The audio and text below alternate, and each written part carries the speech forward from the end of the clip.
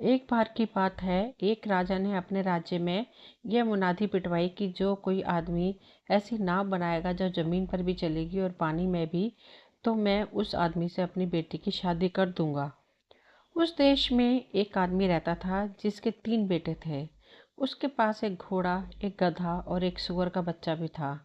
जब उसके सबसे बड़े बेटे ने यह मुनादी सुनी तो उसने अपने पिता से कहा, पिताजी, आप अपना घोड़ा बेच दीजिए और उससे जो पैसे मिलेंगे मैं उनसे नाव बनाने का सामान खरीदूंगा।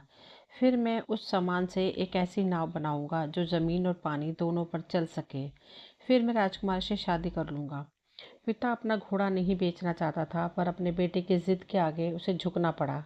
घर में शांति बनाए रखने के लिए उसने अपना घोड़ा बेच दिया और उस पैसे से उसके लिए नाव बनाने के लिए औजार खरीद दिए। अगले दिन वह लड़का सुबह सवेरे उठा, नाव बनाने के लिए लकड़ी काटने के लिए जंगल चल दिया। जब उसकी नाव आधी बन गई तो एक छोटा सा बूढ़ा वहां आया और उससे बोला, बेटा, तुम यह क्या बना रहे हो? बस ऐसे ही, जो मुझे अच्छा लग रहा है, लड़के ने जवाब दिया। और तुम्हें क्या अच्छा लग रहा है? बूढ़े ने फिर पूछा। लकड़ी का बक्सा, लड़के ने कहा। तो कल तुम्हें बक्से अपने आप कटी मिल जाएंगी। अभी तुम अपने घर जाओ, कहकर बूढ़ा वहां से चला गया। अगली सुबह जब वह वापस जंगल गया तो वहां उसने अपनी वह आधी बनी नाव और लकड़ी और औजार छोड़े थे। वहां बक्सों का ढेर लगा पड़ा था।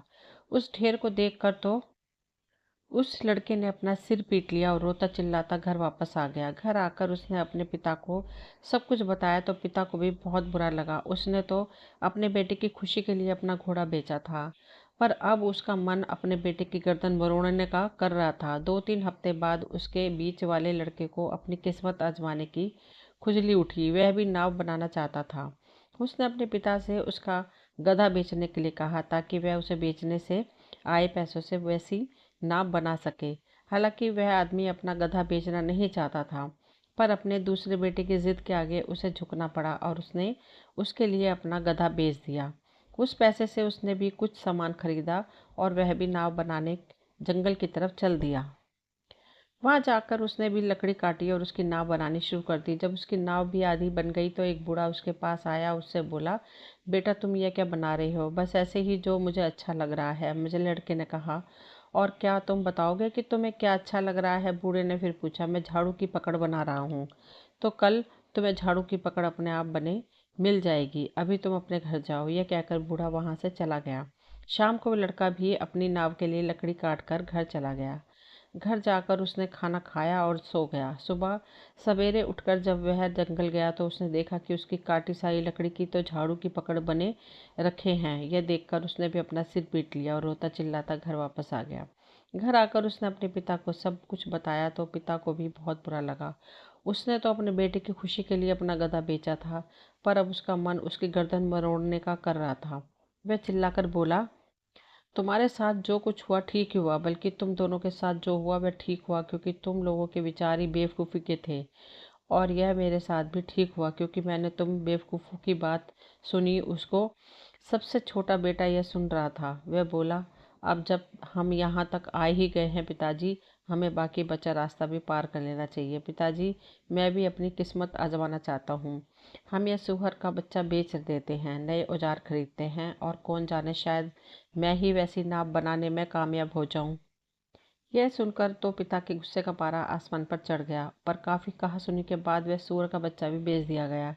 नए औजार खरीदे गए और वह लड़का अगले दिन नाव बनाने के लिए लकड़ी काटने के लिए जंगल पहुंच गया। उसकी भी नाव जब आधी बन गई तो वह पहले वाला बूढ़ा फिर वहां आया। उसने उससे पूछा, बेटे, तुम क्या कर रहे हो? लड़के ने जवाब दिया, बाबा, मैं एक ऐसी नाव बना रहा हूँ जो जमीन पर भी चल सके और पानी पर भी तैर सके। बूढ़ा बोला, तो तुम्हें ऐसी नाव जो जमीन पर भी चल सके और पानी पर भी तैर सके अपने आप मिल जाएगी।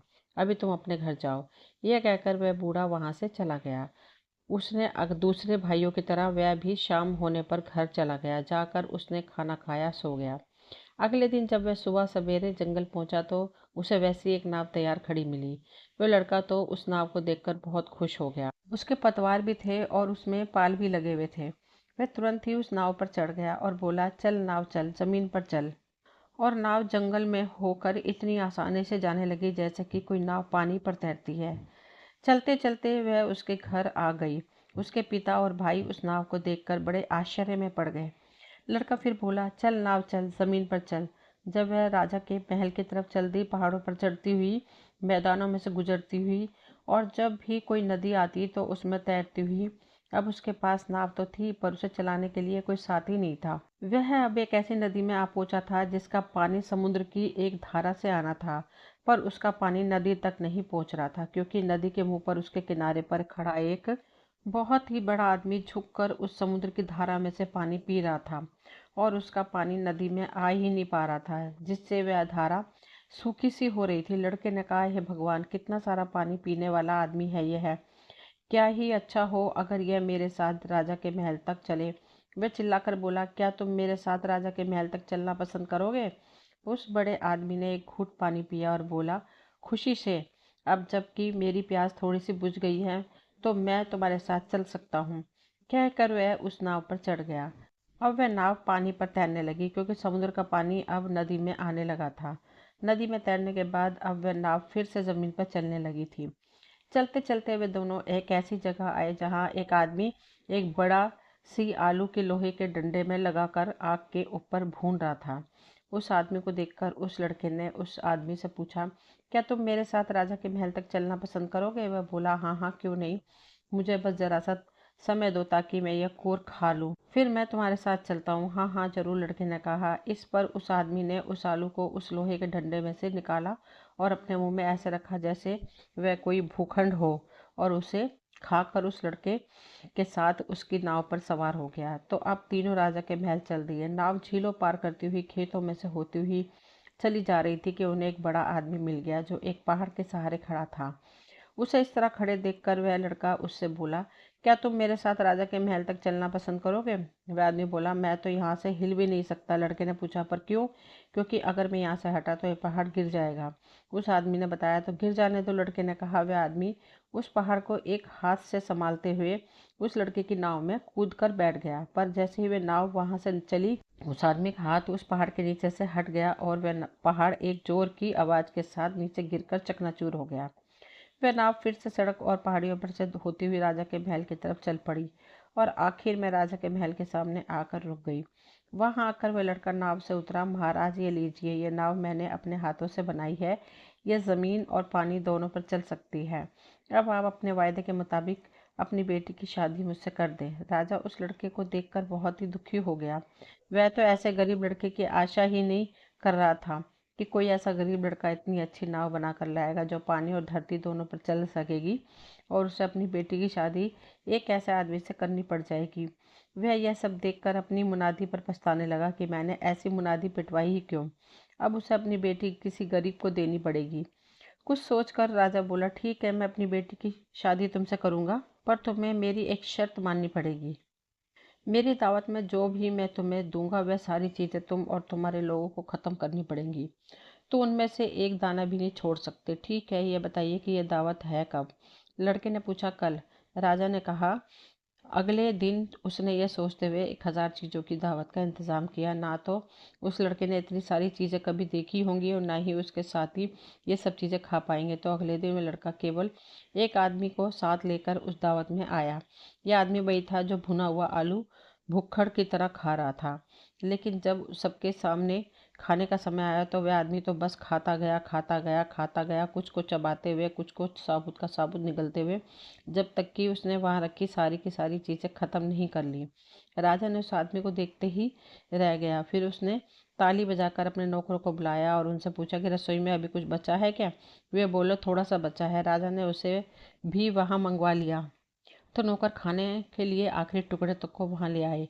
उस आदमी ने अब वह सब भी खा लिया। राजा की समझ में नहीं आया कि वे क्या कहे, पर फिर कुछ सोच कर बोला, हाँ, अब मैं अपनी बेटी की शादी तुम्हारे साथ कर सकता हूँ, पर अभी तो इसे खाने के बाद शराब भी पीनी बाकी रह गई है। अब मैं तुम्हारे लिए अपने तहखाने में रखी सारी शराब मंगवाता हूँ, जिसे तुम्हें और तुम्हारे साथी को पूरा का पूरा खत्म करना होगा। अब की बार उस लड़के के साथ वह नदी का पानी पीने वाला आदमी आया, और उसे देखते देखते राजा की सारी शराब खत्म कर डाली। फिर उसने वह शराब भी पी डाली जो राजा ने अपने लिए बचा कर रखी थी। राजा बोला, बहुत अच्छे, मैं इस बात के खिलाफ बिल्कुल भी नहीं हूँ कि मैं अपनी बेटी तुम्हें नहीं दूंगा, पर अब दहेज का सवाल है जो उसके साथ जाएगा। उसके श्रृंगार करने की मेज, अलमारियां, पलंग, चादरें, कपड़े और घर की बहुत सारी चीज़ें हैं जो मैं उसे दूंगा। वे सब तुम्हें मेरी बेटी को उनके सबके ऊपर उठाकर बिठाकर एक ही बार में उसी समय ले जानी होगी। लड़का उस आदमी की तरफ देखता हुआ बोला जिसने पहाड़ संभाल रखा था। क्या यह काम तुम्हें कोई काम लग रहा है? वह आदमी बोला। क्या मुझे यह काम लग रहा है? नहीं नहीं, यह तो मेरा शौक है। सब लोग महल चले गए। लड़के ने सामान लाने वाले से पूछा, क्या तुम लोग तैयार हो? अगर तैयार हो तो सामान लादना शुरू करो। वे लोग कपड़ों की अलमारियां लाए, मेजें लाए, जवाहरात के बक्से लाए और भी बहुत सारा सामान लाए। सारा सामान लाकर उन्होंने उस आदमी के कमर पर लाद दिया। उस आदमी के सामान के ऊपर बैठने के लिए उस राजकुमारी को पहले अपने महल की मीनार पर चढ़ना पड़ा। फिर वह उस ढेर पर आकर बैठी। जब वह बैठ गई तो वह बड़ा आदमी चिल्लाकर बोला, राजकुमारी जी, जरा कसकर पकड़ लीजिए। मैं अब चलना शुरू करता हूँ। कहीं ऐसा ना हो कि मेरे चलने के धक्के से आप गिर जाएं।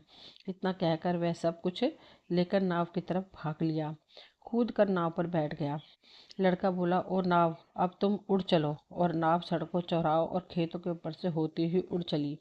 राजा अपनी छत पर खड़ा यह सब देख रहा था। वह चिल्लाया, उनके पीछे जाओ और उन सबको पकड़कर जंजीर में बांधकर ले आओ। राजा की सिपाही उनके पीछे भागे, परंतु नाव के उड़ने से जो धूल का बादल उठा उससे वह उन्हें देख भी न सके। लड़के का पिता अपने छोटे बेटे को उसकी दुल्हन के साथ और पूरी नाव भरे सामान के साथ देखकर बहुत खुश हुआ। फिर उस लड़के ने दुनिया का सबसे सुंदर महल बनवाया, जिसमें एक एक तल्ला उसने अपने पिता, भाई और अपने साथियों को रहने के लिए दे दिया। बाकी का महल उसने अपने और अपनी पत्नी के लिए रख लिया। फिर सब खुशी खुशी रहने लगे। दोस्तों, ये कहानी यही तक थी। मुझे उम्मीद है आप सभी को पसंद आई होगी। अगर पसंद आई हो तो प्लीज़ चैनल को सब्सक्राइब करें, वीडियो को लाइक शेयर करें। मिलती हूँ अगली कोई नई कहानी लेकर। तब तक के लिए थैंक यू।